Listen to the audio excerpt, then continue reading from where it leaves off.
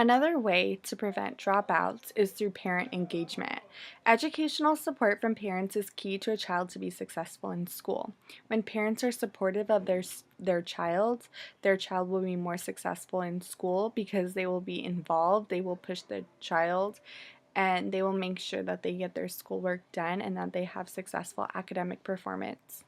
Parents who are engaged early in a child's education are more likely to have successful children in school. And this is also true because if a parent is involved early in a child's education, the student knows that education is important and they will be successful in school because they will live up to that standard that the parent set for them.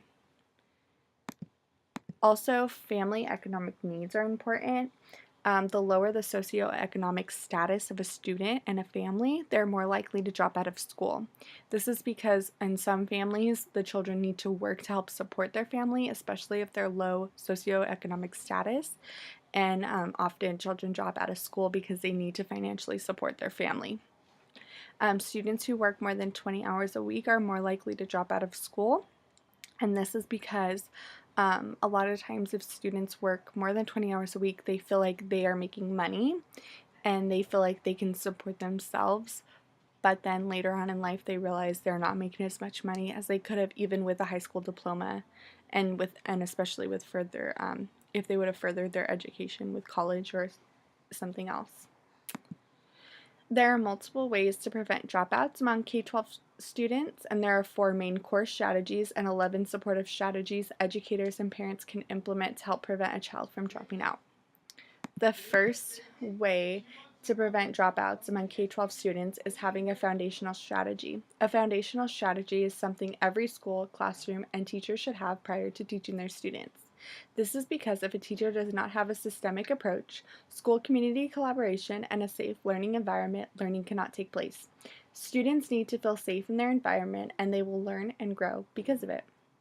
A systemic approach is a continuing process of evaluating goals and objectives related to school policies, practices, and organizational structures as they impact a diverse group of learners.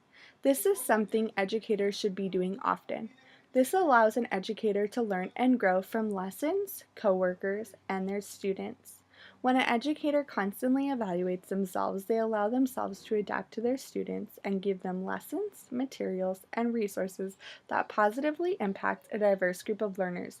A school community collaboration happens when all groups in a community provide collective support to the school. A strong infrastructure sustains a caring, supportive environment where youth can thrive and achieve. This starts within the classroom and within the school. Teachers and administration should be on board to help students understand the community around them. Teachers also need to understand the community in which they teach, which will allow the teacher to tailor lessons, content, and materials to support their students. For a safe learning environment, a teacher and administration need to have a comprehensive violence prevention plan, including conflict resolution, must deal with potential violence, as well as crisis management.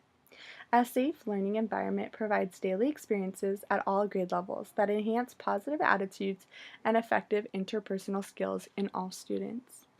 There are early interventions that can take place as well to prevent K-12 students from dropping out of school in the future. First is family engagement, which is crucial to success in school.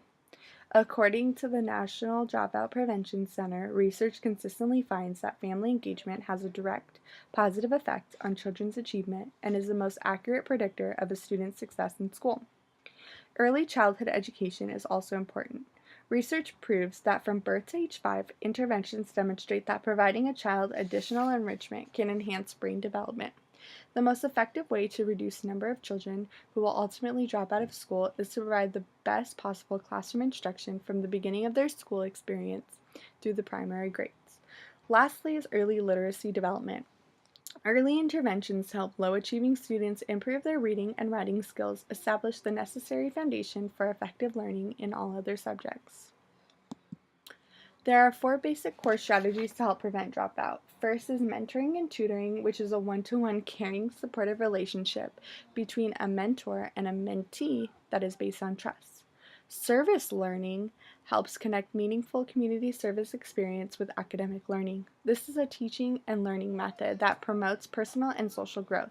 career development, and civic responsibility, and is effective school reform at all grade levels.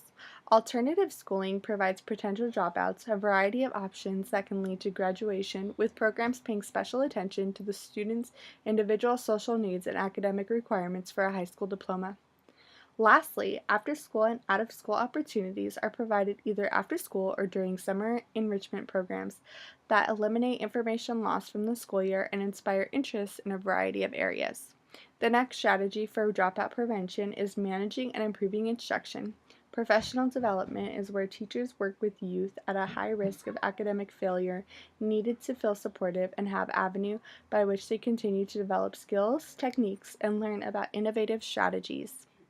For active learning, it embraces teaching and learning strategies that engage and involve students in the learning process.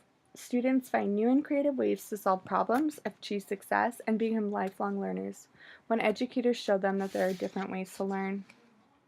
Educational technology offers some of the best opportunities for delivering instruction to engage students in authentic learning, addressing multiple intelligences, and adapting to students' learning styles. For individualized instruction, each student has a unique interest and past learning experiences, which makes this very unique for students. And an individualized instruction program for each student allows for flexibility in teaching methods and a motivational teaching strategies to consider these individual differences. Lastly is career and technical education, which also goes by CTE programs. And a quality CTE program and related guidance program are essential for all students. They are a school-to-work program that recognizes that youth need specific skills to prepare them to measure up to larger demands of today's workplace.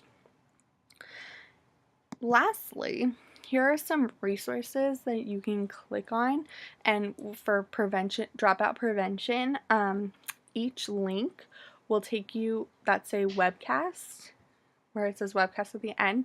That'll take you for the National Dropout Prevention website, and there's at least 10 different videos that you can watch or articles that you can read for each link that's provided. So for active learning, there's about 10 different videos on active learning and different ways that students can learn. And then below are the references that we used for our dropout prevention video. Thank you.